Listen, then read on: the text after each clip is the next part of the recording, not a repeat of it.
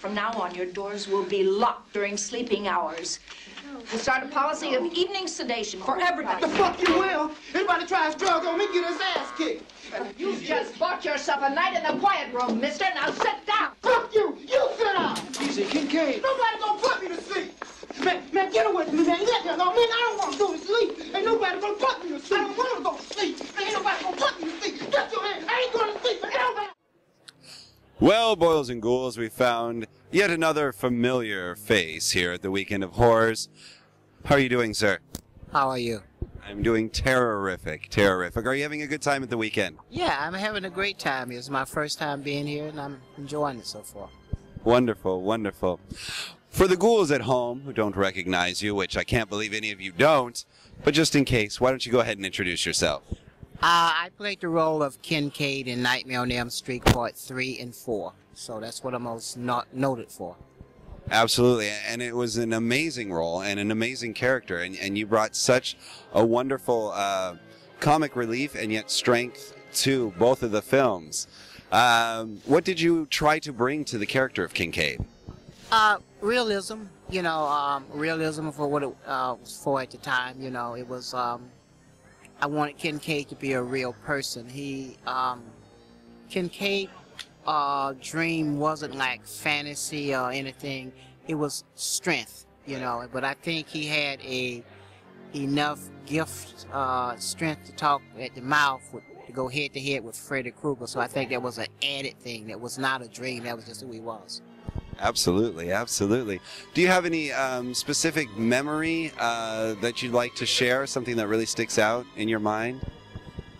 Well, you know, there was several for me. So, I mean, because Kincaid, I don't know if you know it, he's the first African-American to ever survive a major horror film and return to a sequel. So I'm grateful about that. So he was represented in so many ways. And so, but I kind of like remember the junkyard scene that was in Part 4.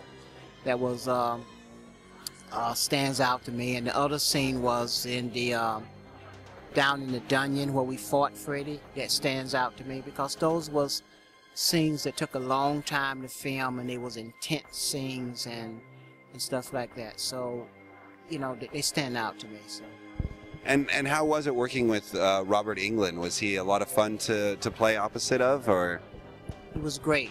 He was one of the best actors that you could work with and learn about acting with on camera. And then when he said cut, he was an extremely good big brother to everybody on the scene. So he was nothing like that character. So. Yeah. Oh, that's terrific, terrific. And does Freddy visit you in your dreams still?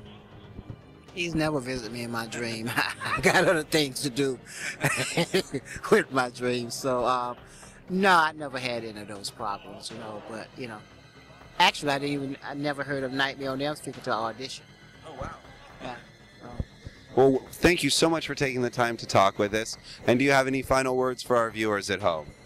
Yeah, I got a script novel coming out called Latch of the Shadow, and I have a new script novel book coming out called The Genesis Experiment. And if you would go to the Sagoescompany.com, www.thesagoescompany.com, and you can read a lot more about them. You know, they're the Latch of the Shadow is kind of like a cross between Nightmare on Elm Street, Halloween, and Friday the 13th, all in one. And I guarantee you will love it. It's half book, half novel. Well, that sounds absolutely fantastic. Make sure you check it out. I know I'm dying to.